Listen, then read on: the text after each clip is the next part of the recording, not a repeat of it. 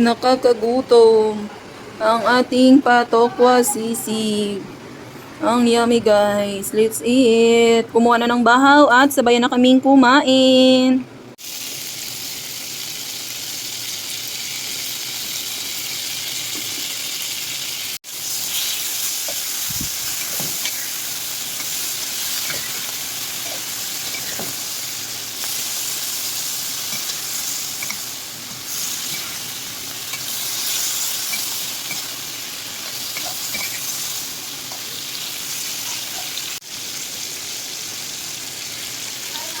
Hi. Bakit nag-message yun? Ba't may message? Away ka ba?